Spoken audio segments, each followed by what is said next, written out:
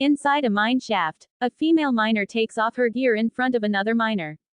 During a striptease, the miner notices a heart tattoo on her body. Enraged, they push her onto a mining pickaxe, killing her.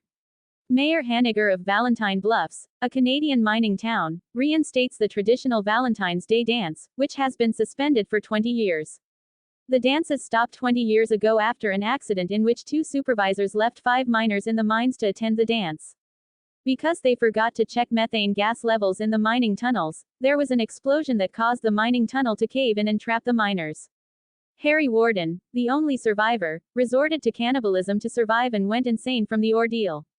The next year, he murdered the 2 supervisors who left their posts the previous year, cut out their hearts and placed them in Valentine candy boxes, with a note from Harry warning the town never to hold the Valentine's Day dance ever again or he will commit more killings. Warden was placed in an insane asylum and the accident was forgotten, so the dance resumed. A group of young residents is excited about the dance. Gretchen, Dave, Hollis, Patty, Sylvia, Howard, Mike, John, Tommy, and Harriet. Sarah, Axel, and the mayor's son TJ are involved in a tense love triangle. Mayor Hanniger and the town's police chief Jake Newby receive an anonymous box of Valentine chocolates containing a human heart, and a note warning that murders will begin if the dance proceeds. That evening, resident Mabel is murdered by a mining-geared killer in a laundromat, and her heart is removed. Newby publicly reports that she died of a heart attack to prevent a panic. He contacts the mental institution where Harry Warden was incarcerated, but they have no record of him. Hanniger and Newby cancel the dance but the town's youngsters decide to hold their own party at the mine. A bartender warns them against it but is killed by the miner while trying to set up a dummy miner to scare the group.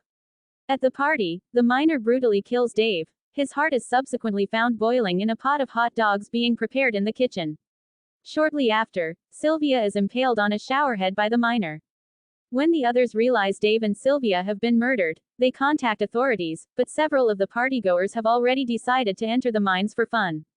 TJ and Axel enter the mines to rescue them. Hollis leaves to find Mike and Harriet who have been impaled by a large drill. He is subsequently shot in the head with a nail gun. The killer arrives and a horrified Howard flees. Patty, TJ, Axel and Sarah try to climb to the top with a ladder, but Howard's corpse, tied to a rope, falls from above.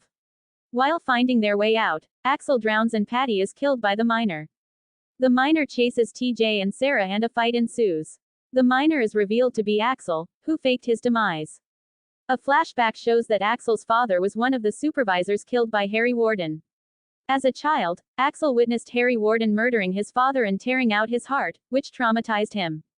TJ hits Axel with a rock, resulting in the tunnel collapsing, which traps Axel as Newby and the police arrive to rescue TJ and Sarah.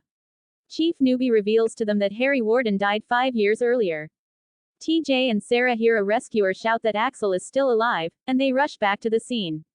They watch as Axel frees himself from the debris by amputating his trapped arm. He runs deeper into the mine shouting threats that he and Harry Warden will return and murder everyone in town, and mumbling about Sarah being his bloody Valentine. It seems to be implied that Axel's words are just words of insanity and blood loss, which it is also implied that he is dying from. The film ends with Axel laughing maniacally as a ballad for Harry Warden plays over the film's credits.